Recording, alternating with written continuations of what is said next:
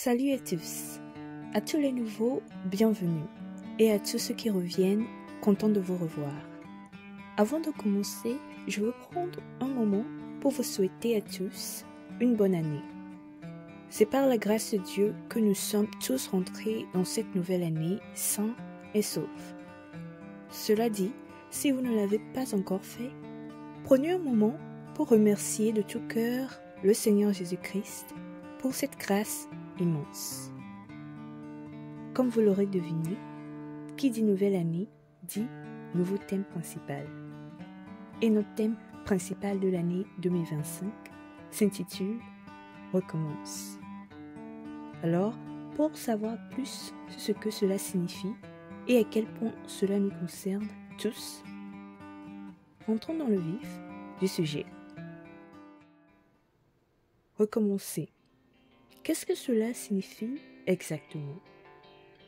Dans notre contexte, recommencer, c'est de commencer à nouveau les choses dont vous aviez autrefois reçu la conviction de Dieu, selon sa parole, de faire, mais que vous avez arrêté de faire pour certaines raisons.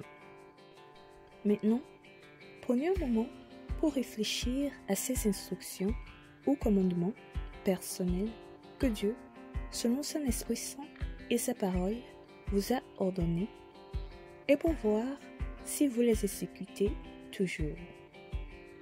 Malheureusement, beaucoup d'entre nous ont arrêté de faire les choses que Dieu nous a prescrites. Et c'est pour cela qu'il nous demande de recommencer.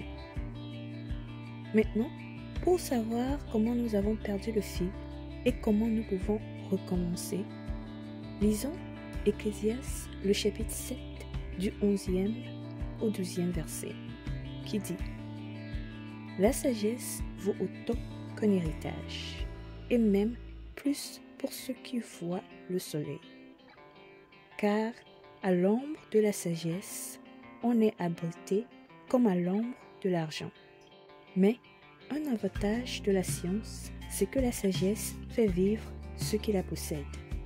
Amen. » Ici, la Bible dit que tant que nos yeux voient le soleil, nous avons besoin de la sagesse de Dieu, qui vaut autant qu'un héritage. Car, à l'absence de cette sagesse, dans les épreuves, nous commençons à remettre en question notre vie, les situations que nous traversons, ainsi que la qualité de l'année en cours par rapport aux précédentes. Des réflexions et des actes qui nous poussent par la suite à être découragés, déprimés, en colère contre nous-mêmes, contre les autres et même contre Dieu, au point d'abandonner tout ce qu'il nous a ordonné, nous conduisant ainsi à la destruction. Néanmoins, dans le verset 12, l'Ecclésiaste dit qu'à l'ombre de la sagesse, on est abrité comme à l'ombre de l'argent. Mais un avantage de la science, c'est que la sagesse fait vivre ceux qui la possèdent. Ce qui veut dire que lorsque vous avez la sagesse de Dieu et que vous trouvez refuge et réconfort dans son ombre, vous pourrez recommencer tout ce que Dieu vous a autrefois ordonné. Et quand viendra les moments de confusion et de difficulté, cette ombre qui est perpétuelle et fiable, contrairement à celle des choses matérielles comme l'argent, vous procurera une science particulière par laquelle vous persévérez et votre vie sera préservée.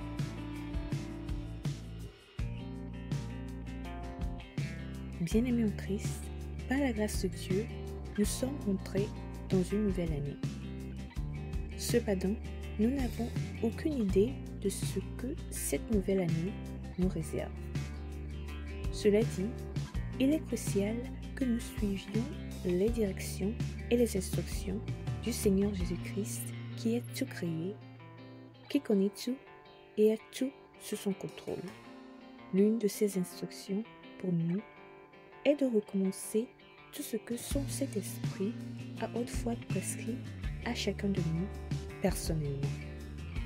Et pour y parvenir, nous devons accepter la sagesse de Dieu, nous réfugier sous son ombre et utiliser la science qu'elle nous donne pour persévérer et triompher dans les bons comme dans les mauvais moments qui sont cachés devant nous.